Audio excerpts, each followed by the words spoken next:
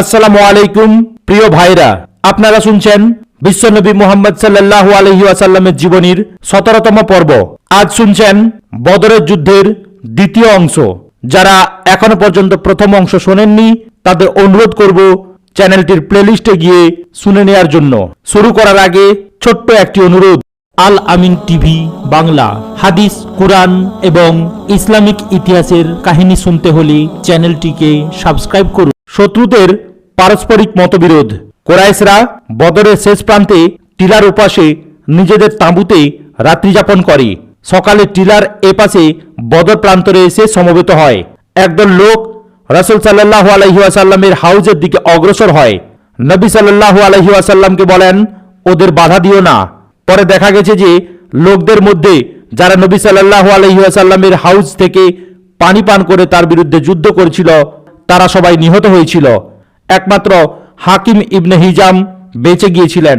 পরবর্তীকালে হাকিম ইসলাম গ্রহণ করে একজন ভালো মুসলমান হয়েছিলেন। তার নিয়ম ছিল যে তিনি যখনই কসম খেতেন তখনই বলতেন লাল্লাযী নাজ্জানি মিন ইয়াউমি বদরিন, অর্থাৎ সেই সত্তার শপথ যিনি আমাকে বদরের দিন মুক্তি দিয়েছেন।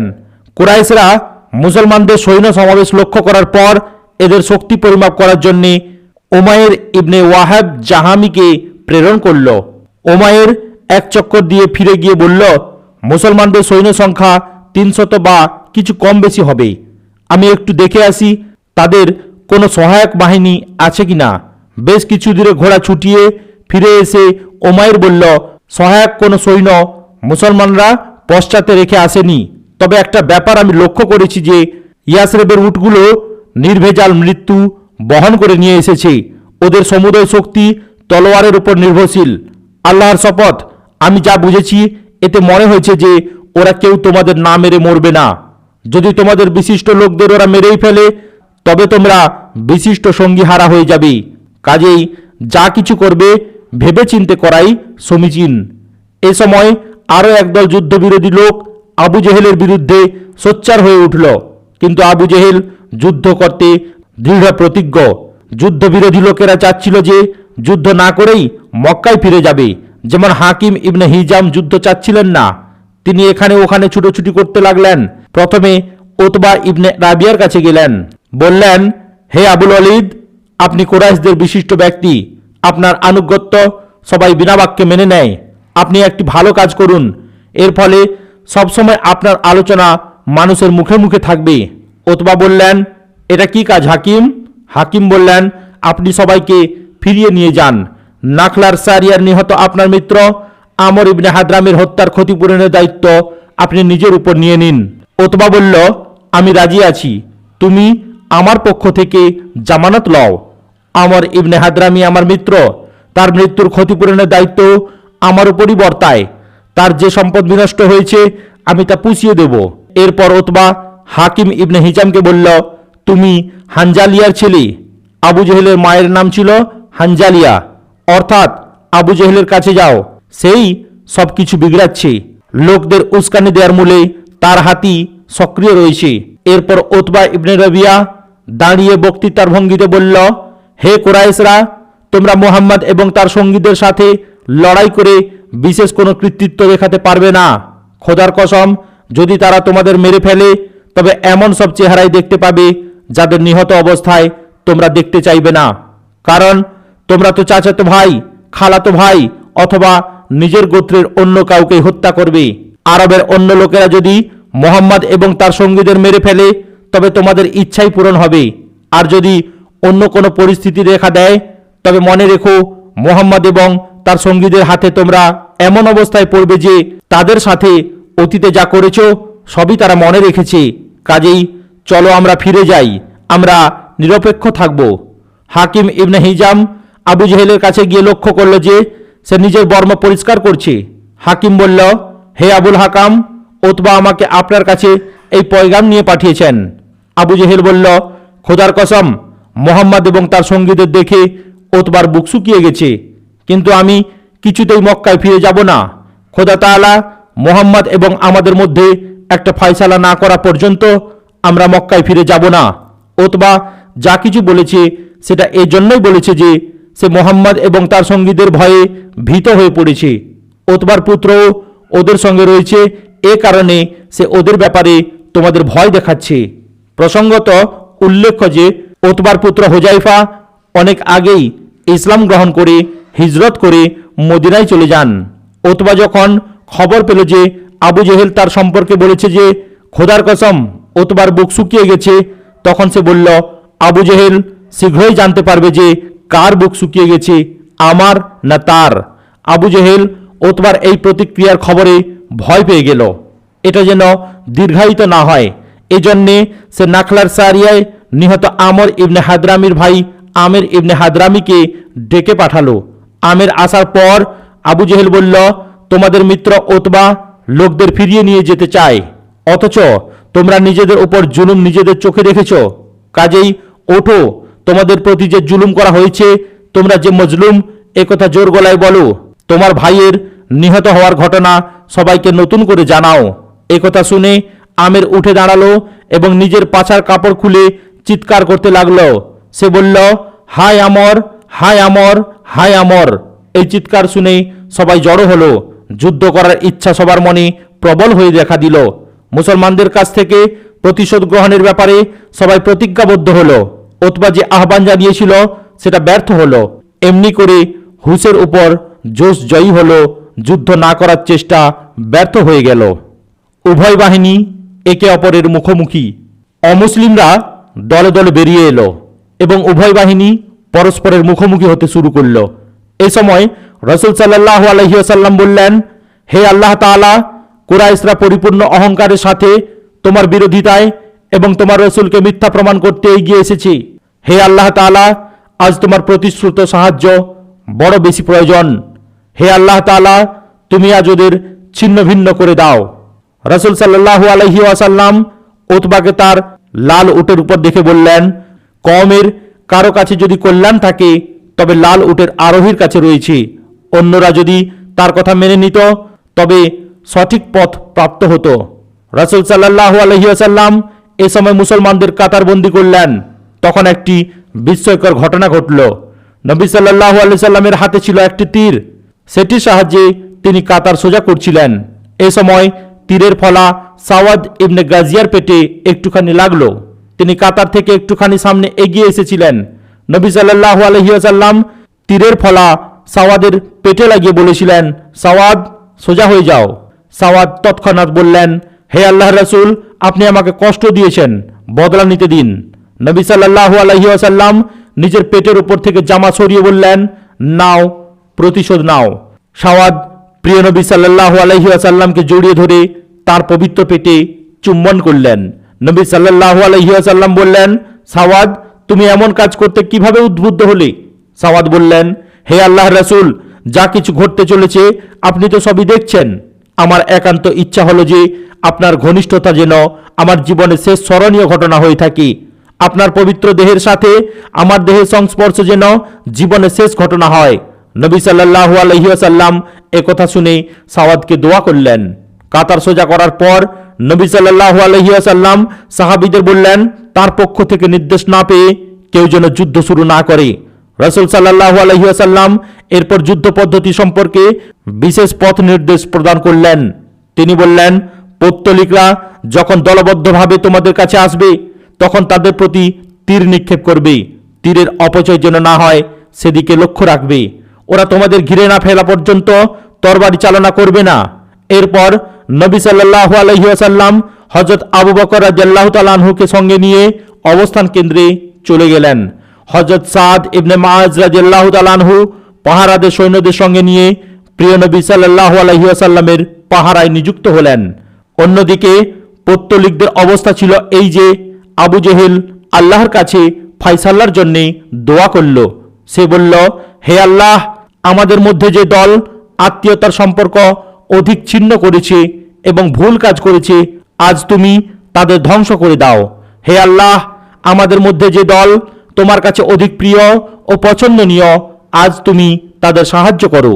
পরবর্তী সময়ে আবু জেহেলের এই কথার প্রতি ইঙ্গিত করেই আল্লাহ রাব্বুল আলামিন বলেন, তোমরা মীমাংসা চেয়েছিলে, তা তো তোমাদের কাছে এসেছে। যদি তোমরা বিরত হও তবে সেটা তোমাদের জন্য কল্যাণকর। যদি তোমরা পুনরায় তা করো তবে আমিও পুনরায় শাস্তি দেব, এবং তোমাদের দল সংখ্যায় অধিক হলেও তোমাদের কোনো কাজে আসবে না, এবং আল্লাহ তাআলা মোমেনদের সঙ্গে রয়েছেন। সূরা আনফাল আয়াত নম্বর 19। যুদ্ধের প্রথম ইন্ধন। এই যুদ্ধের প্রথম ইন্ধন ছিল আসওয়াদ ইবনে আব্দুল আসাদ মাখজুমি। এই লোকটি ছিল নিতান্ত দুর্বৃত্ত ও অসৎ চরিত্রের। ময়দানে বেরোবার সময় বলেছিল, আমি আল্লাহর সাথে ওয়াদা করছি যে ওদের হাউজের পানি পান করেই ছাড়ব। যদি তা না পারি তবে সেই হাউজকে ধ্বংস বা তার জন্য জীবন দিয়ে দেব। এ কথা বলে আসওয়াদ এগিয়ে এলো। অন্যদিকে প্রিয় নবী সাল্লাল্লাহু আলাইহি ওয়াসাল্লামের সাহাবীদের মধ্যে থেকে হযরত হামজা ইবনে আব্দুল মুত্তালিব এগিয়ে গেলেন। জলাশয়ের কাছেই উভয়ের মুখোমুখি প্রতিদ্বন্দ্বিতা হলো।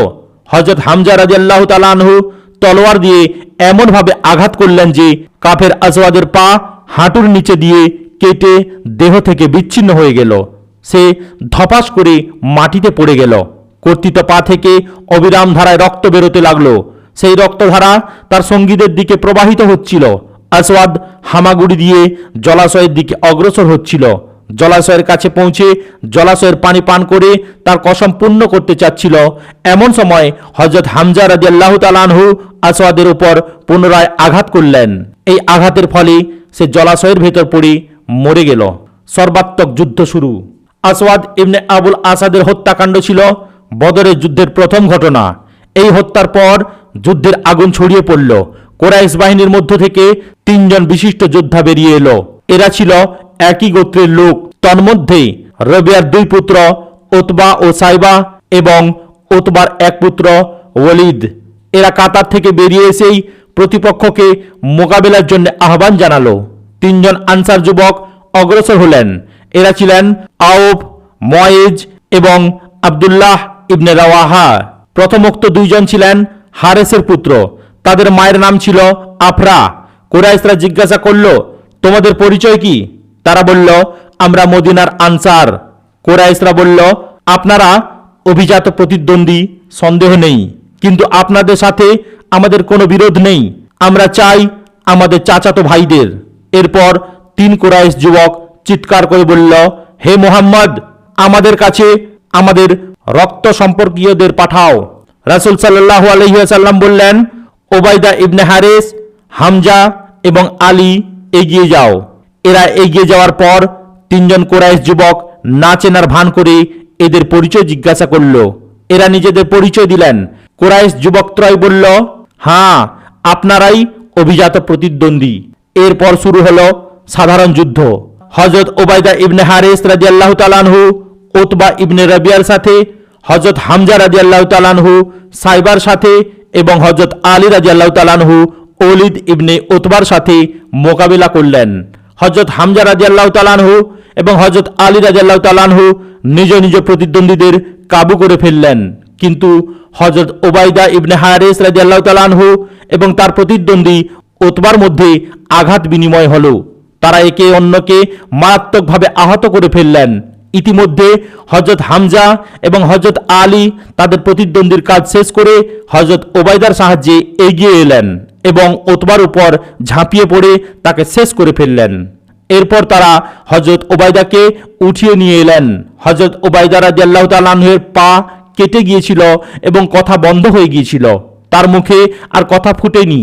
চতুর্থ বা পঞ্চম দিনে মুসলমানরা মদিনা ফিরে যাওয়ার পথে সফরা প্রান্তর অতিক্রম করার সময় হযরত ওবাইদা রাদিয়াল্লাহু তাআলা আনহু ইন্তেকাল করেন।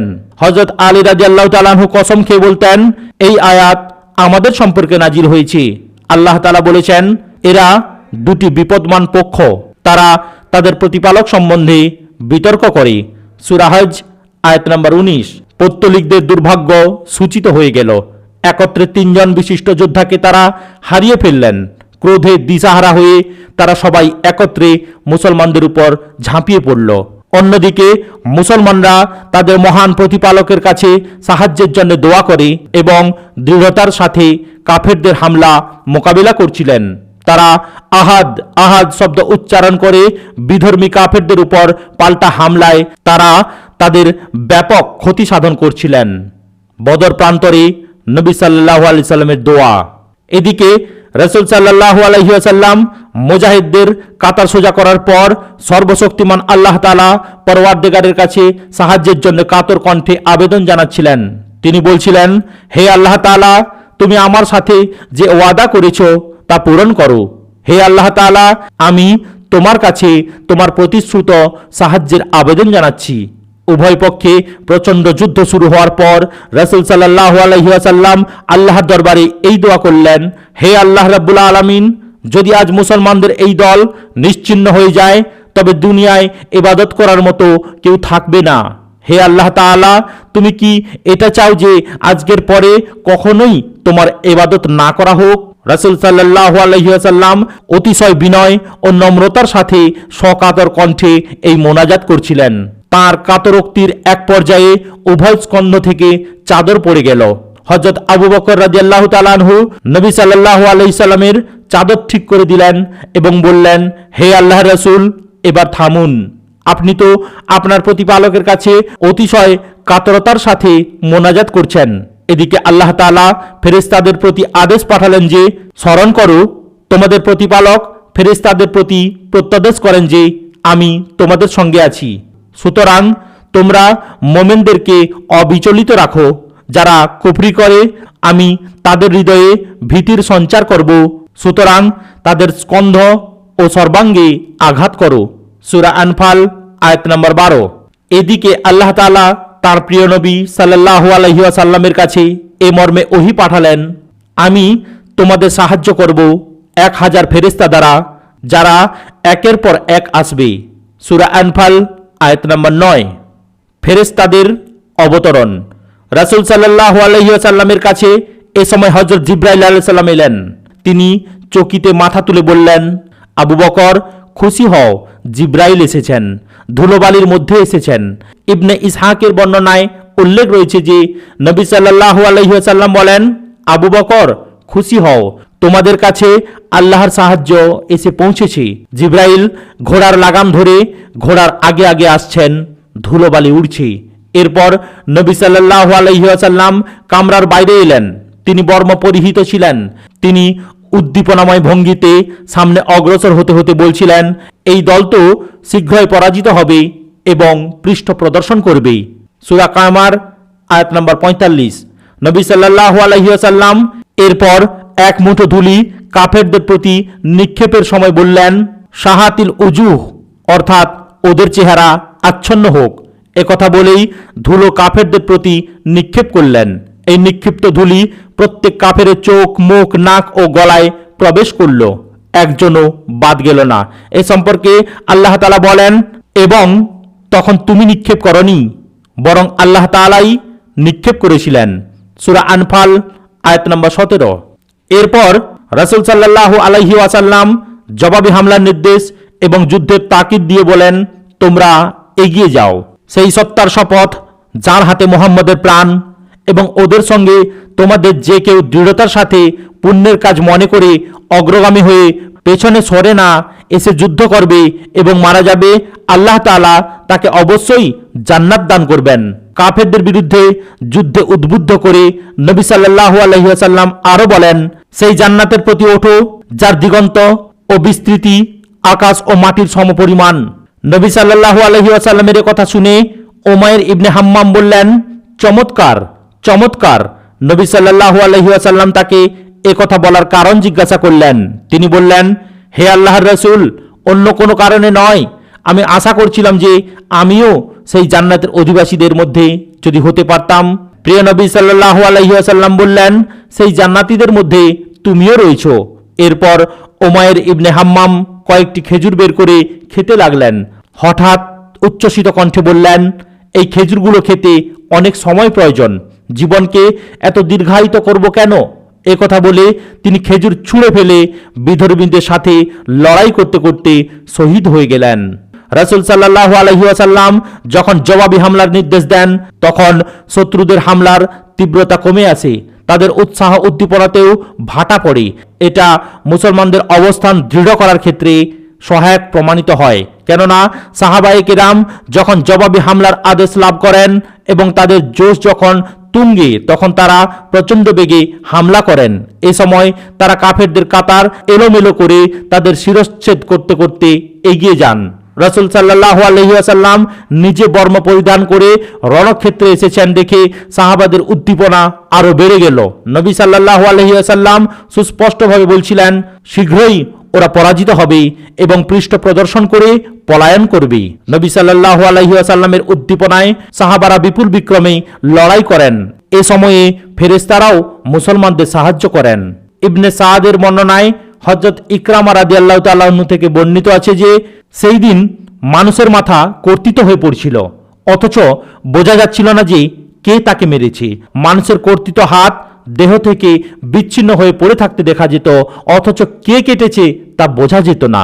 হযরত আব্দুল্লাহ ইবনে আব্বাস রাদিয়াল্লাহু তাআলা আনহু বলেন, একজন আনসারী মুসলমান একজন মুশরিককে দৌড়াচ্ছিলেন। হঠাৎ সেই মুশরিকের উপর চাবুকের আঘাতের শব্দ শোনা গেল।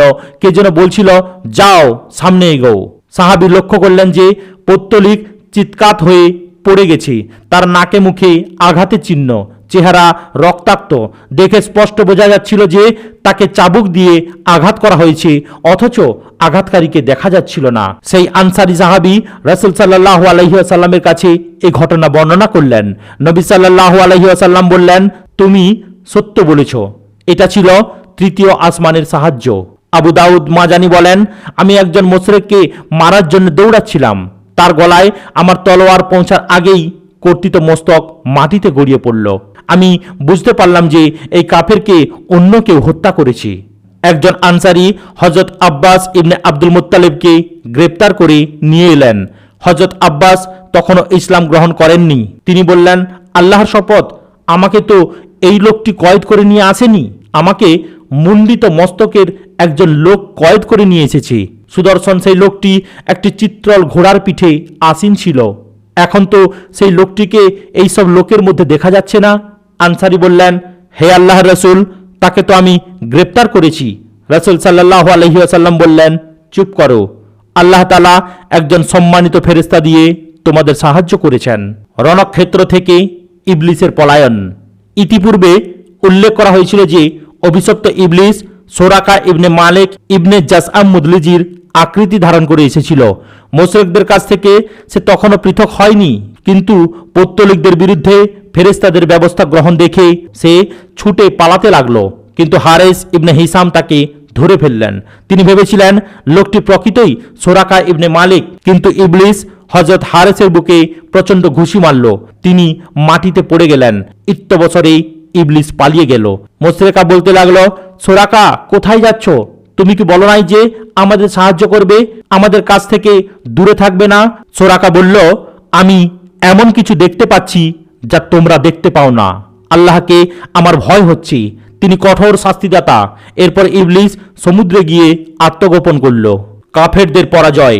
কিছুক্ষণের মধ্যেই অমুসলিমদের বাহিনীতে ব্যর্থতা ও হতাশার সুস্পষ্ট লক্ষণ ফুটে উঠল। মুসলমানদের প্রবল আক্রমণের মুখে তারা ছত্রভঙ্গ হয়ে পড়ল। যুদ্ধের পরিণাম হয়ে উঠল সুস্পষ্ট। কাফের কুরাইশরা পশ্চাদপসারণ করতে লাগলো এবং তাদের মনে হতাশা ছেয়ে গেল। মুসলমানরা কাউকে হত্যা করছিলেন, কাউকে জখম করছিলেন, কাউকে ধরে নিয়ে আসছিলেন। ফলে কাফেররা সুস্পষ্ট পরাজয় বরণ করল। দুর্বৃত্তদের নেতা আবু জেহেল কুরাইশ কাফেরদের ছত্রভঙ্গ হতে দেখে সেই সয়লাব প্রতিরোধের চেষ্টা করল। নিজের অনুসারীদের উদ্দীপিত করার জন্য চিৎকার করে সে বলতে লাগলো, সোরাকার পলায়নে তোমরা সাহস হারিও না। মুহাম্মাদের সাথে সোরাকার যোগসাজশ ছিল। ওতবা, সাইবা, ওলিদ নিহত হয়েছে দেখে তোমরা হিম্মত হারিও না। ওরা তাড়াহুড়ো করেছে। লাত এবং উজ্জা শপথ, ততক্ষণ আমরা ফিরে যাব না যতক্ষণ না ওদের দড়ি দিয়ে বেঁধে ফেলব। দেখো, তোমরা ওদের কাউকে হত্যা করবে না, বরং পাকড়াও করো। পরে আমরা ওদের অশুভ তৎপরতার মজা টের পাইয়ে দেব। আবু জেহেল তার এই অহংকারের মজা শিগগির টের পেয়ে গেল, কেননা অল্পক্ষণের মধ্যেই মুসলমানদের জবাবি হামলার মুখে তাদের মধ্যে ছত্রভঙ্গ অবস্থা দেখা দিল। আবু জেহেল তার কিছু সংখ্যক অনুসারীকে নিয়ে তখনও ঘেরাও অবস্থায় ছিল। দুর্বৃত্ত নেতা আবু জেহেলের চারদিকে ছিল তীর আর তলোয়ারের পাহারা। মুসলিম মুজাহিদের প্রচণ্ড হামলায় সেই পাহারা ছিন্ন ভিন্ন হয়ে গেল। মুসলমানরা লক্ষ্য করলেন যে আবু জেহেল একটি ঘোড়ার পিঠে হয়েছে। তার মৃত্যু তখন পায়ে পায়ে এগিয়ে আসছিল। আজ এ পর্যন্তই। যুদ্ধের পরবর্তী অংশ শোনার জন্য চ্যানেলটিকে দয়া করে সাবস্ক্রাইব করুন, লাইক, কমেন্ট এবং শেয়ার করতেও ভুলবেন না। আসসালামু আলাইকুম ওয়া রাহমাতুল্লাহি ওয়া বারাকাতুহু।